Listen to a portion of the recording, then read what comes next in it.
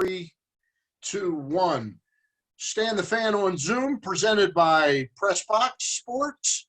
And with me is Gary Stein. And of course, the other guy on our screen is the now retired Vice President of Public Relations and Community Relations, Kevin Byrne. How does that feel, Kevin, to use the word retired for you?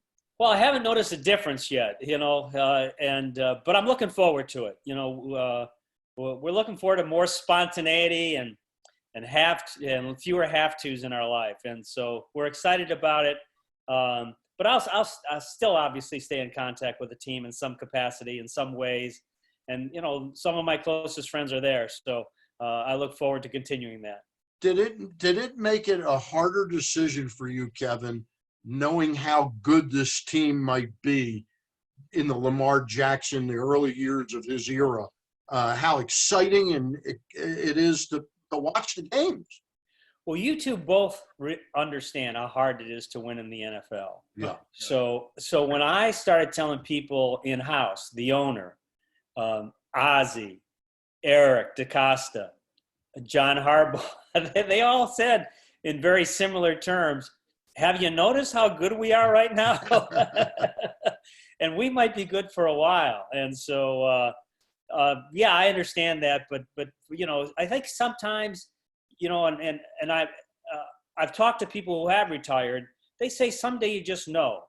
I talked to one guy who'd been in the league almost as long as I have, and he said he was driving to work one day in the middle of November, and he said he just was driving in. He said, it's time for me to go.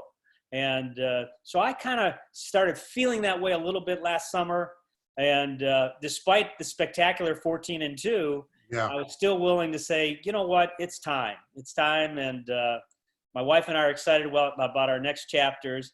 But boy, it's been a heck of a run and a fun run. We want to talk to you specifically about your career, but Gary and I both agreed it might be fitting to ask you if you've got a Don Shula story or remembrance about Don Shula, who was a big figure in this town in Baltimore in the early 60s, and then he's become a legend, and he passed away this week. Well, I have a couple, but I'll tell you one that is, I think, fun and says a lot about Coach Shula. At the owners' meeting one year, there was a lake between the main hotel and various cottages around the lake. The owners stay in good places, and guys like me get to go, which is pretty nice. And so Al Davis, annually, the Oakland Raider owner, he would put a set of weights on his outdoor patio or balcony. And he would go out there and fight to get them up. And it was kind of entertaining, like the whole world's looking like, come on, Al, just go to the gym like everybody else, and so Shula, I see jogging around the lake, and he gets to the patio where Al Davis is, who had been struggling with the weight. And Don, probably 60 at the time, he jumps on the bench and just goes ba-boom, ba-boom, ba-boom. And so, I can't tell from afar, but I don't think he said a word to Al Davis, got up and continued his jog. That's a great story. Competition all the time in the NFL. Great Shula story. For years, Kevin, was probably in better shape than his players, Shula probably was. He played for the Cleveland Browns way back when. He's a John Carroll University graduate, which is the same as Greg Roman, our offensive coordinator, which is a college in Cleveland. And so, that's I have good memories, and I've been fortunate to have a good number of them shared with people in our business over email the last couple of days. Yeah. Kevin, I'm sure when you sat down with Sally, your wife, as you were mentioning last year, to talk about the upcoming year and this year being your last, that a flood of memories came back to you over the 40 years plus that you've been in the game.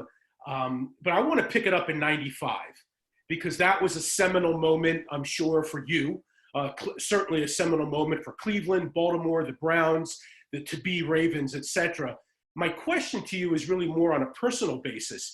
When you found out that you were going to be going to Baltimore, that the team was going to be going, was there a doubt in your mind, or did you feel like, should I do this? Like, what will Kevin Byrne do with this information?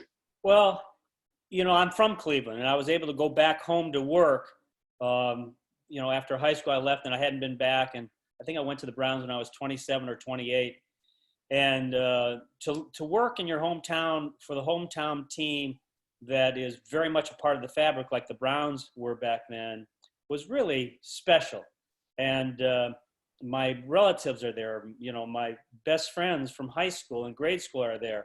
So yes, it was a big decision. And when Art asked me if I would come with him, I was flattered. And I did think about it for a while. Actually, there's a company in Cleveland, IMG, which is a great company, right. That had tapped on my window a little bit through the years, and I actually talked to them and about a job, and they were very gracious, and in the end, there are two reasons I think, because IMG could give me the money that the Browns were giving me and still keep me involved with sports. But one, I love the NFL and I love the game days and I love the off season. I love everything about it. And the second thing is, I thought Art Modell got the short end of it in Cleveland. And I thought in my small way, if I went with him, I could help tell the story so that the world would understand that this was not Bob Irsay doing to Baltimore what Irsay had done. This was a guy who had borrowed all the money he ever had, who took over the dilapidated Cleveland Stadium at the request of the mayor of Cleveland. And that was his downfall, his financial downfall, because it kept costing lots and lots of money. And so I felt if I could somehow go with him and use the credibility I had with especially national media, I could help in some small way. And also Ozzie and I had talked, and Ozzie had made Cleveland his home, Ozzie Newsome, and we had talked, and it wasn't like there's another NFL team saying, hey, stay with us in Cleveland. There wasn't one. And there are only 32 of those, and it's hard to get in. And while the jobs are hard in some way, and they're long hours, certainly, it's special to be a part of it. And all those things went into the factor and factored into it. And then obviously your family's involved. So, once my wife, Sally, said, look, that would be kind of an adventure for us to go over there. And it would be good for our youngest children, because we had a daughter in college already. We had a son who was going to go to college the next year, but our two youngest ones would be involved in going to new schools with new sets of friends. And we thought they could learn something from the adventure, and we haven't looked back, and we don't regret it at all. We certainly don't regret it either, and we're happy about it. But I want to stay back in '95 since we're there. Another big decision that the team had to make, that Art had to make, was what to do with the head coach back then. Because I'm sure football fans will remember that Bill Belichick was the head coach in '95 for Cleveland. How difficult of a decision was it to let Bill Belichick go and go with Ted Marchibroda? Well, to be honest, I don't think it was very hard for Art, for a couple reasons. One, we had only had one winning season with Bill Belichick in Cleveland. And was that Art's fault or Bill's fault or all of our fault? It was all of our fault. The second part is you could sense it a little bit. When you're not winning, Bill Belichick is not a hero in the community. And, and so we were coming to a community where we would have to sell in a hurry. And Bill really didn't have any credibility as a head coach at that time.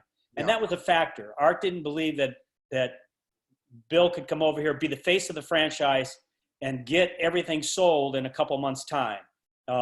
Bill wouldn't want to do it. He'd say, with all this chaos, I would have to do all my coaching around the clock. But we needed somebody who was a little more of a public figure, and Ted Marchibroda became available. And the Baltimore fans already knew him. They knew him as a playoff coach with the Baltimore Colts. So it all worked in Art's favor that way. Yeah. Kevin, I want to pick up just where Gary left off, and that's now you come to Baltimore and you've got, I guess, a somewhat suspicious but happy sports media because they're returning to the NFL. But some people didn't, and fans as well, didn't like the fact that it was a team moving in, not an expansion team. and you had some resistance to the team.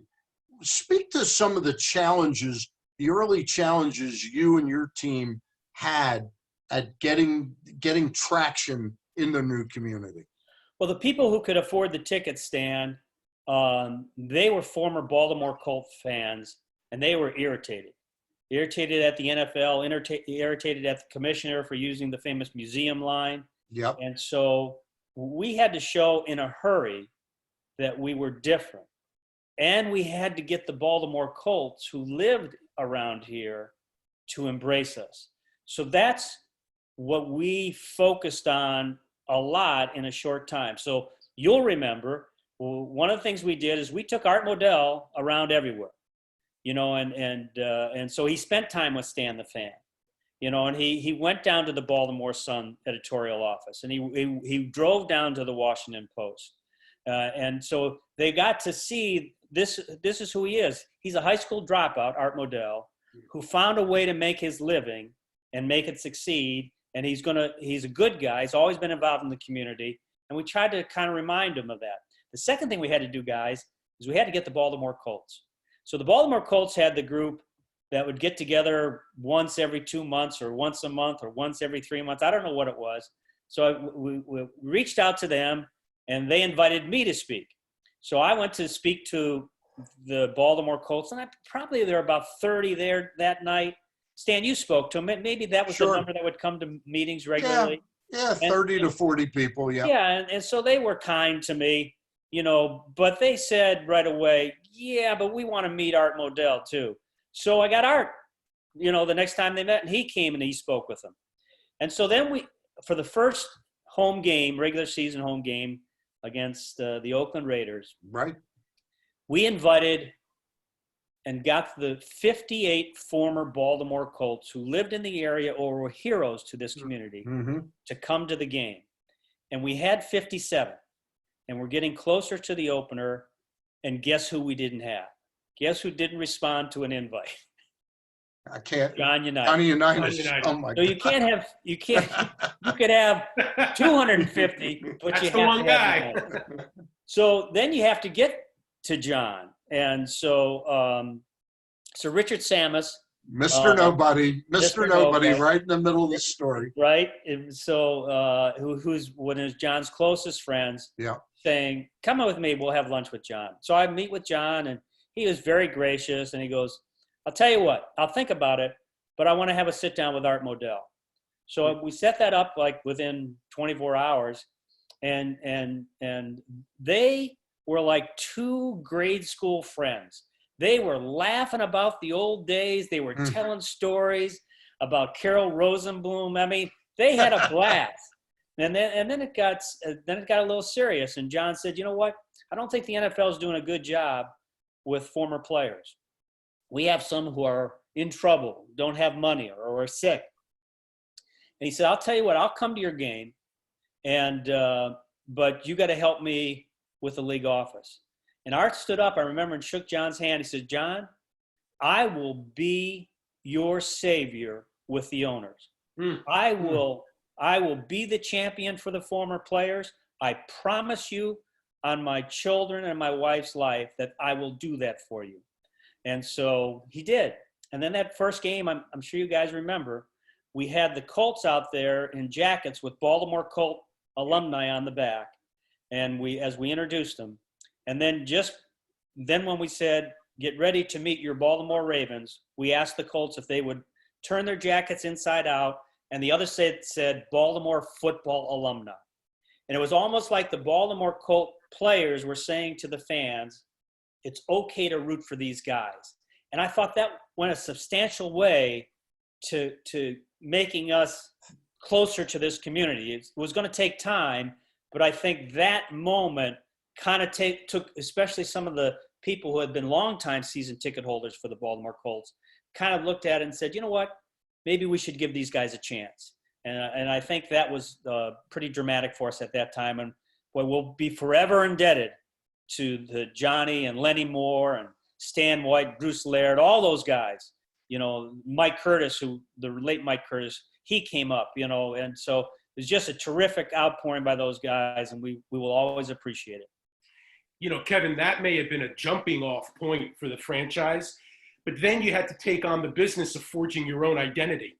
How did you guys go about forging the identity of the Ravens and what they would stand for the next now 25 years?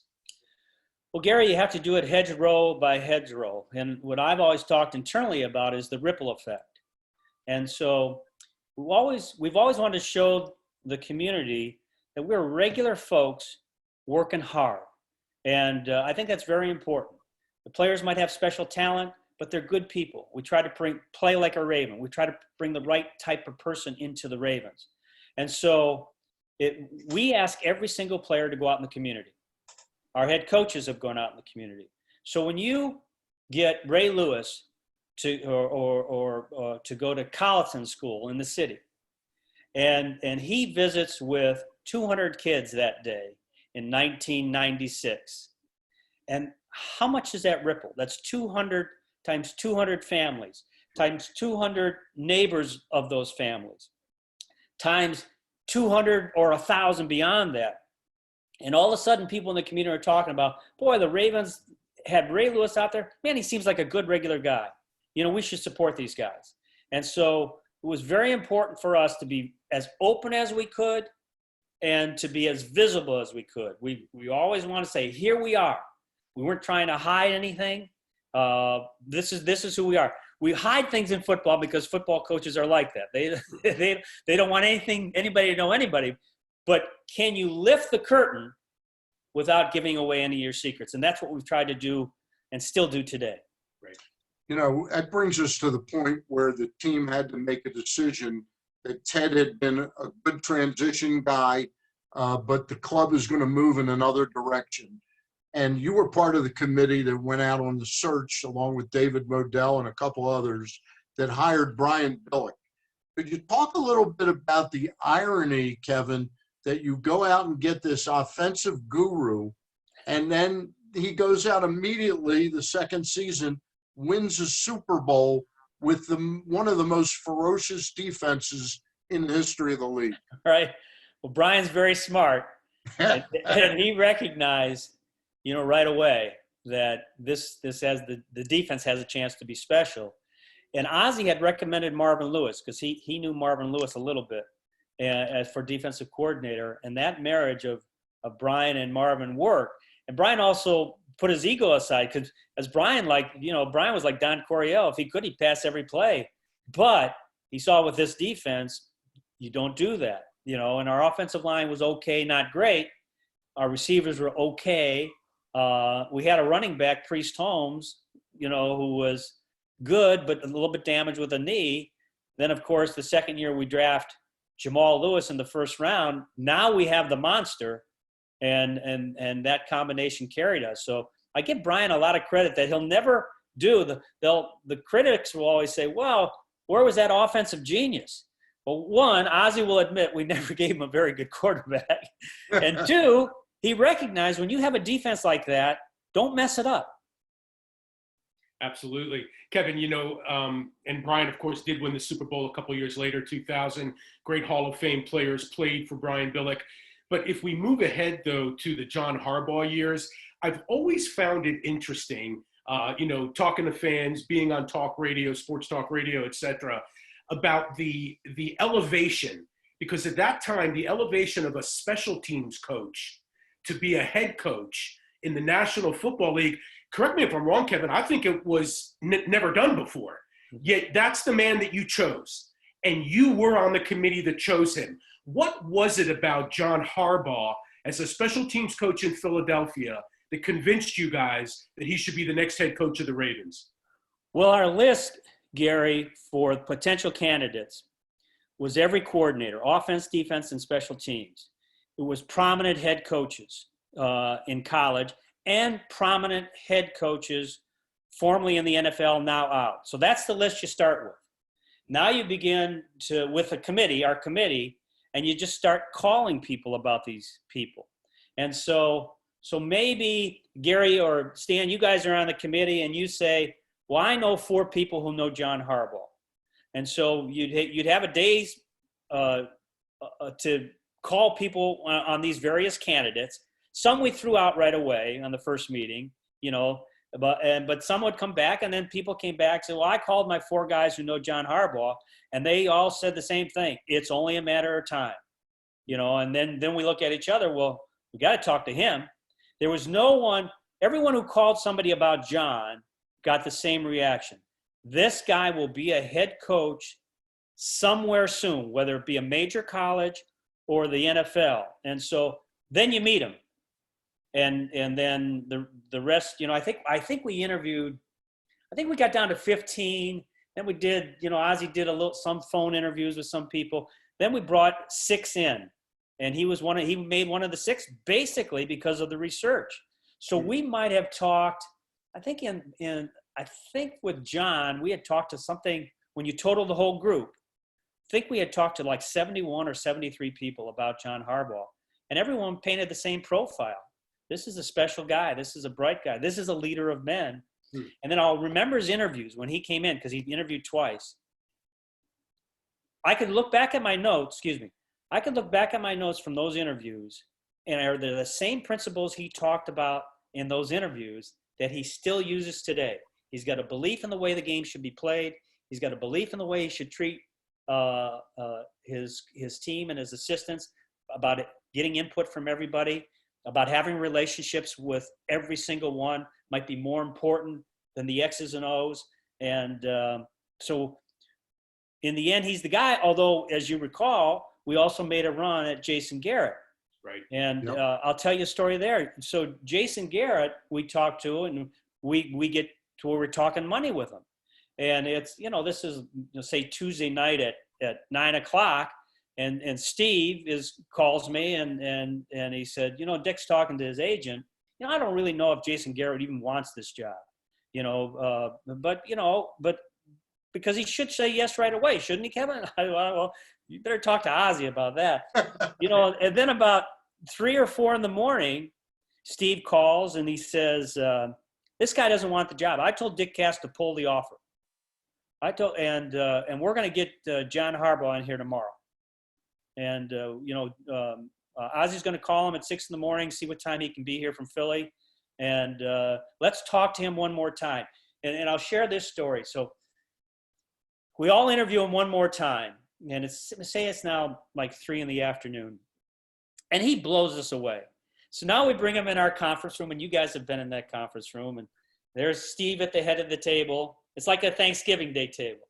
And Ozzie was to his left, and I sat next to Ozzie. Then Harbs was there, and I think I was after that. And then on this side was Dick Cass and Eric.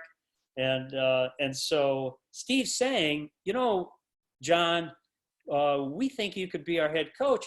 He said, I know we've talked about it, but it would be an unusual hire when we hire you as our head coach, because you'd never been an offensive or defensive coordinator like no normal route. You'd never been a head coach at any level, not even high school.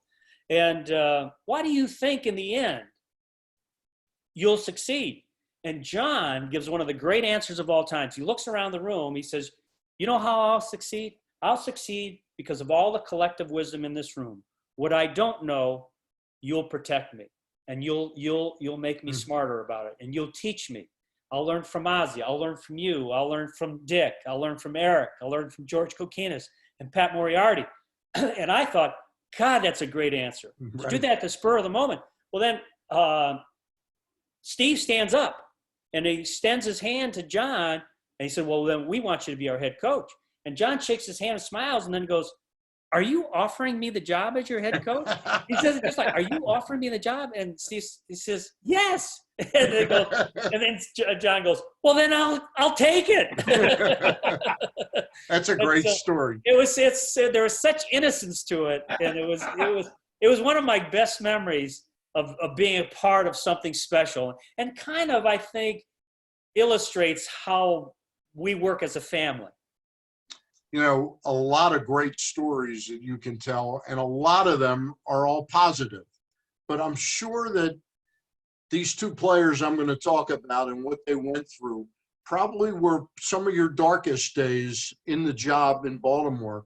Ray Lewis's involvement in the murder of a couple people in Atlanta, Georgia, and its effect on the club, and then just several years ago, Ray Rice and his situation.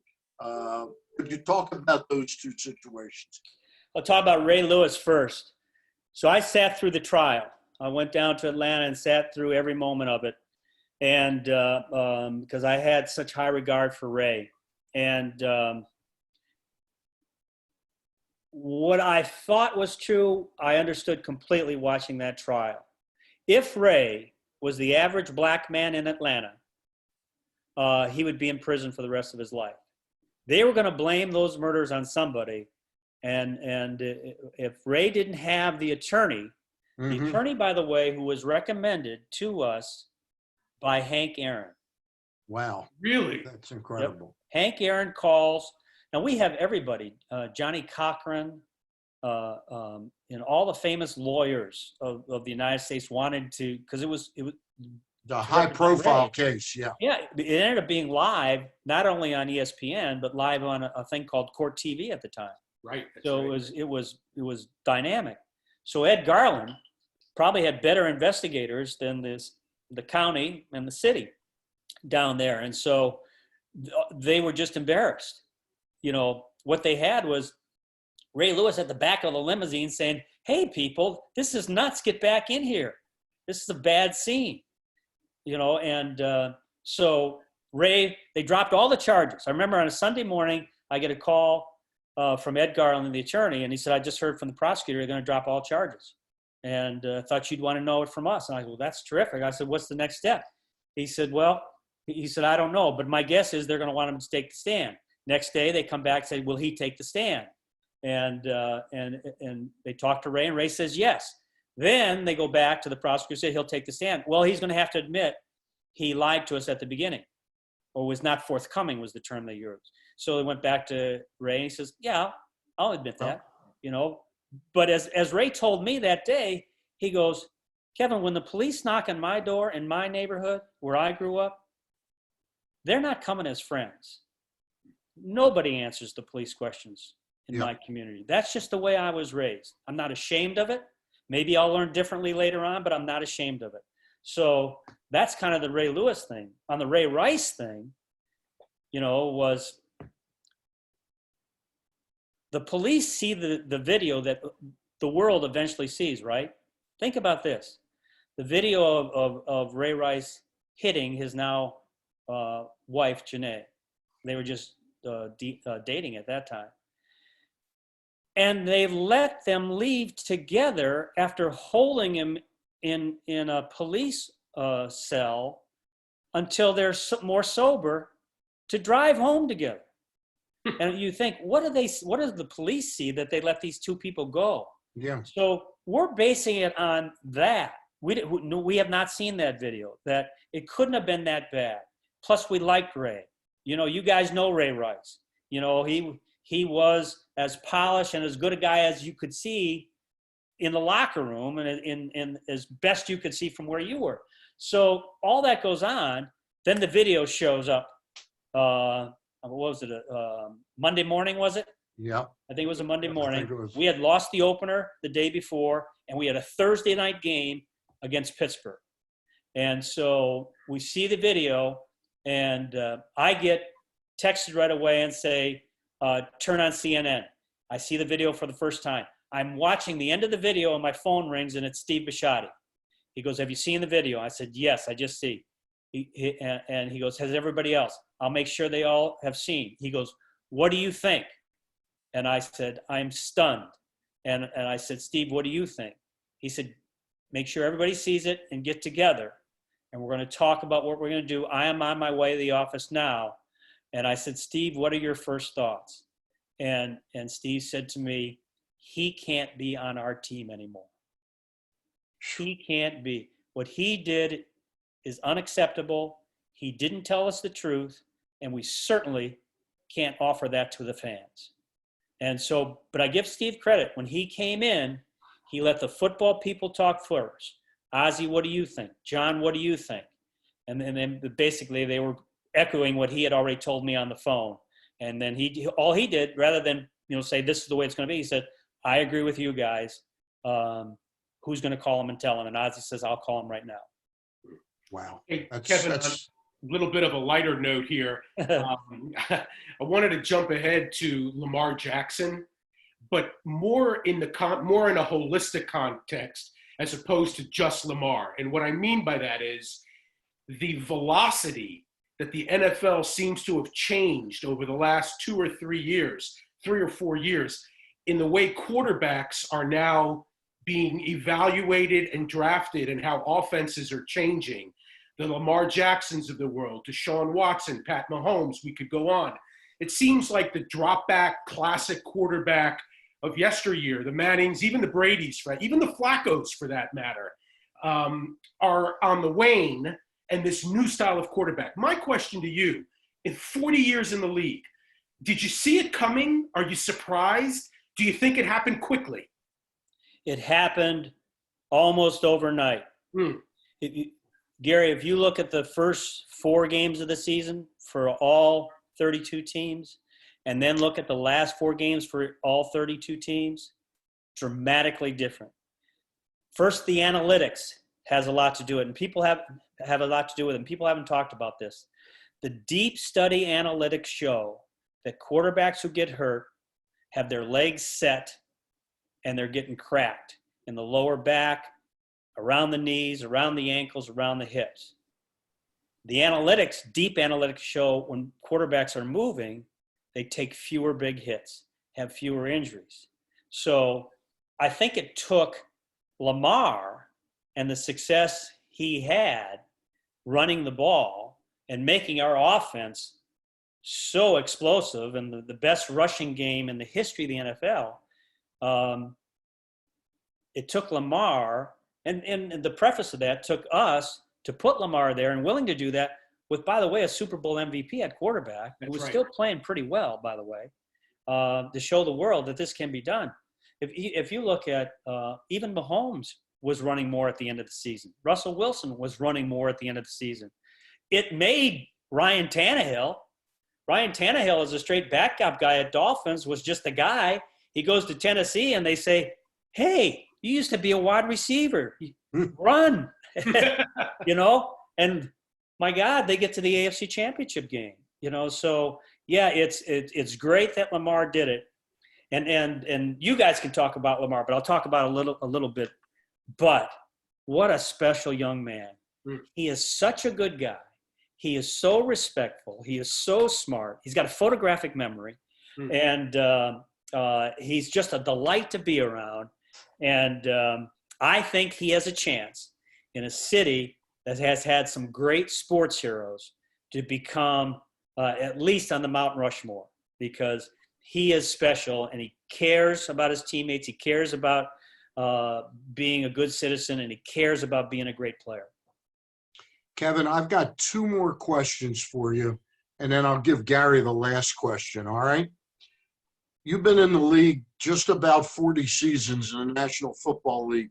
Can you talk a little bit about how media has changed in that time and how that complicates what you do and maybe how it makes it easier for what you do? Well, there used to be cycles of news, as you guys know, and you'd have to wait for the next cycle, or if you knew what the story was, you'd try to break that cycle if you could, which is just a waste of time because reporters have to do their job. But what it is now is reporters, you guys, you're around the clock. You have to be around the clock. Reporters have very, very tough jobs. But beyond the reporters, there are 100 million other reporters. Anybody with a cell phone. So how many people in the United States? How many people around the world? Anybody with a cell phone. So I think what's changed is the fact that your athletes, that your stars, have a real difficult time living any sort of life. We give these symposiums to every player we get in. They go through all these sessions, and a rookie raises his hand every year and says, well, you're basically telling me I got to live like a monk. I can't go outside. You're telling me that when I pull out of the castle here in Owings Mills, that somebody might be following me to see where I live, to set me up. And it's such a mistrust, but you have to warn players that way. It is round the clock. There's great pressure, and it's tough to live a 21-year-old's life anymore. My last question for you is about the man that you talked about lovingly that you moved to Baltimore with so you could properly be able to tell his story. And then you told the story about his meeting with Johnny Unitas and how he stood up and said, hey, I'm going to be the guy that's going to help you help the older players. I know you have had tremendous love and respect for Art Modell. I'm a guy that didn't know him a long time, but I did know him for 14 years or so. The Hall of Fame, how has it still eluded him to this, even this past season with the 100th anniversary where they increased the number of contributors that went in, and we saw people, with all due respect, to the NFL Films, the father of the, I forget. Table. Yeah. Yeah. I mean, how is it that somehow common sense hasn't prevailed with Art Modell in the Hall of Fame? I view it as a failure for myself, Stan, to be honest. He should be in the Hall of Fame, and I thought this would be the time because you had people like Ron Wolf and Bill Polian who knew Art's influence at the league level, which I think is so dramatic. His teams were good too. He won championships. But I don't know. There are clearly people, Sal Palantonio told me, he was on the committee. Yeah. He thinks Paul Tagliabue finished just in front of Art. He didn't see the vote, but that just was his feeling, judging the room and the arguments were given. And, does Paul deserve to be in the Hall of Fame? Yeah, maybe someday, but not before Art Modell. Yeah. And so that he didn't get in that time makes me very, very sad because now it's going to be near impossible, I believe. Gary, you want to finish up? Yeah. Final question for you, Kevin. I'm curious to know, now that you're retired, or I know you're going to consult, what are you going to do? What does Kevin Byrne like to do that he's going to do with his beautiful wife and family? The senior golf tour is beckoning. Well, I would like to be a better golfer. I'm not a very good golfer, and but I've historically things that I've grinded at, I got better at, including work.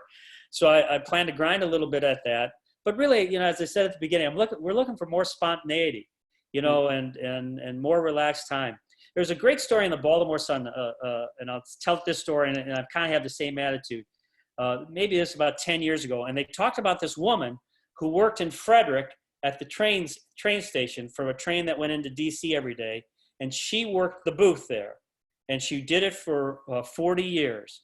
And every morning she would be there at 4:30 in the morning, and so she talked about it, and they talked to the customers who loved her. She's always pleasant, and all these good things. And the reporter asked her, "What are you going to do on your first Monday of your retirement?" And the woman said with a smile, "I'm not going to set an alarm." So we're going to set fewer alarms and try to be healthy. Gary, as you know, I love to work out.